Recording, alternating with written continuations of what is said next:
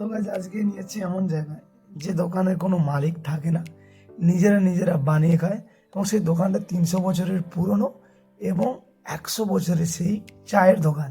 আমি শুনলাম বাঁকুড়া থেকে শ্রীরামপুরে। আজকের ভিডিওটা তুলে ধরবো, আজকে সেখানে সমস্ত মানুষের কথা বলে শোনাবো যে কেমন করে চলে এই দোকানটা। হ্যাঁ, ঠিকই শুনছেন, সেই দোকানে কোনো মালিক থাকে না, নিজেরা করে খায়। 1 কাপ চা খেলে 1 কাপ চা কিন্তু ফ্রি। সেই দোকানে আপনাদেরকে নিয়ে যাচ্ছি, যদিও আমি খেলাম, আমার টাকা লাগেনি, দিতে যাচ্ছিলাম, নিল না। এবার তুলে ধরছি সেই দোকানকে।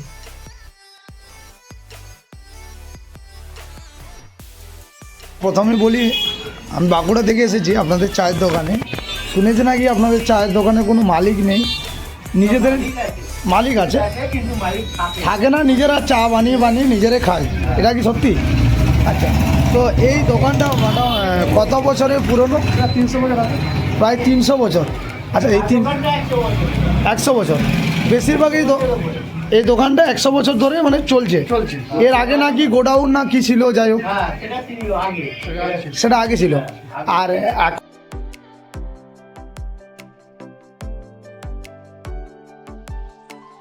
পেমেন্ট পয়সা মালিকের কাছ থেকে নিয়ে নেয় রাত্রিরে এসে।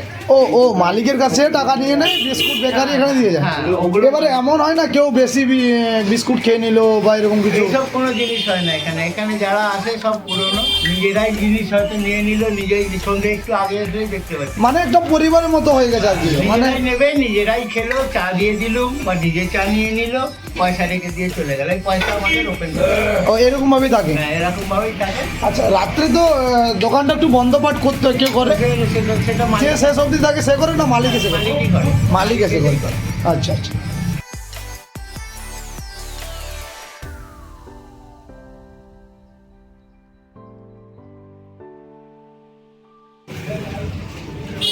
তো মেনলি হচ্ছে নতুন জেনারেশন ছেলেরাও আসছে। তারাও আসে, তাদের সময় দোকানের বৈশিষ্ট্য হচ্ছে আপনি একবার চা নেবেন তো দুবার চা পাবেন। একবার চা নিলে আবার আরেকবার চা দেয়। এটা কি কবিরাজি চা? তো দেখতে পাচ্ছেন এটা কবিরাজি চা।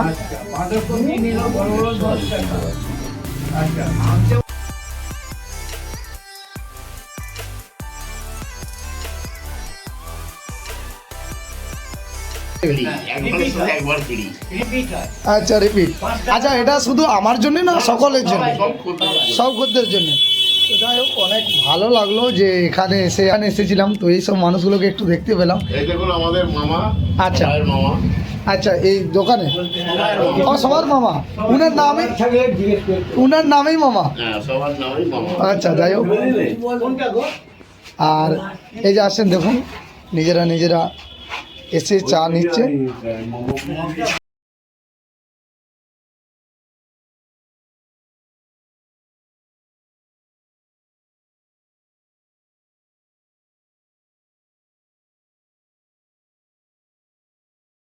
এবার যেটা কম পড়বে আমরা নিজেরা, যেরকম হয়তো দুধ কম পড়ে গেল, হ্যাঁ। দুধ কিনে নিলাম, চিনি কম পড়ে গেল, ওই ক্যাশ থেকে পয়সা নিয়ে নিই।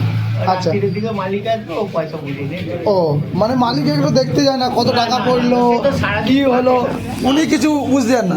মানে উনি একটা অবশ্যই ভালো মানুষ, নাহলে এরকমটা হতো না। ভালো মানুষ। হ্যাঁ, তো সেই জন্য আর কি ওনার ইচ্ছে এই দোকানটা চলুক, মানে এই যে এত বছর যে আরো চলুক। চলুক। হ্যাঁ, তো এখন কি বন্ধ না হয়ে যায়। এখানে কি বন্ধ হয়ে গেলে এই যে বয়স্ক লোক, এরা হয়তো 50-60 বছর ধরে এই বহু লোক দোকানে এখানে আসে। রিটার লাইফের লোক সময় কাটায়, বুঝলেন? এরা- এরা বসে যায়। এবার কি নতুন জেনারেশনের ছেলেরাও কি আসে? আসে। আচ্ছা, তো সেই জন্য উনিও চাইছেন। হ্যাঁ?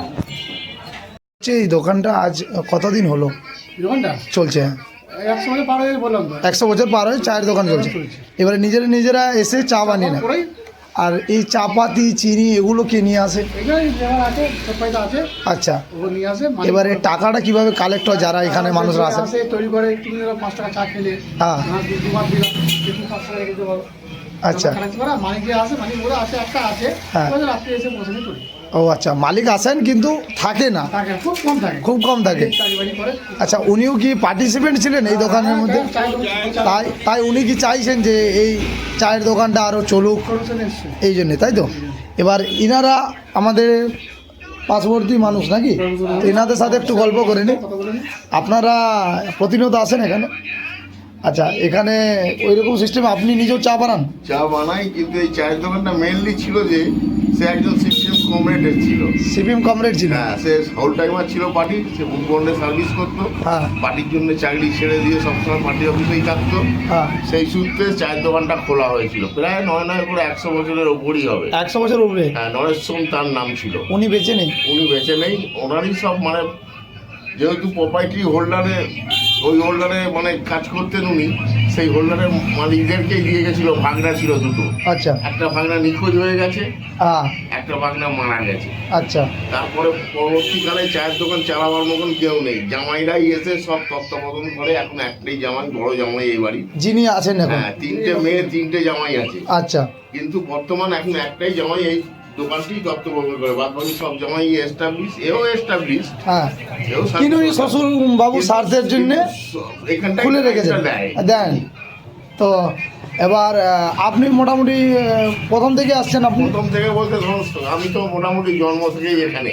জন্ম থেকে, ছোট থেকে? আমার 60 বছর বয়স হলো। ধরুন, মানে ভাবলে একটু অবাক লাগে, বলুন। হ্যাঁ, কিচ্ছু হয়নি। আর এই যে এইভাবেই চলে আসছে। এই যে ডেকোরেশন এখনো মনে হচ্ছে যেন ওল্ড আজ অব্দি কোনো প্লাস্টার ওল্ড ডেকোরেশন, এখনো পুরনো ভাব আছে। 60 বছর আমি দেখিনি কোনো মানে রিপেয়ারিং কাজ। আচ্ছা, তো যাই হোক। বড়বার দোকান। হ্যাঁ, আচ্ছা, এর এর এর ঠিকানাটা একটু যদি বলেন, কোথায় এটা? চাওড়া কালীবাবু শ্মশান ঘাট। আচ্ছা, শ্মশান ঘাটের ঠিক অপোজিটে দোকানটা। ঠিক আছে।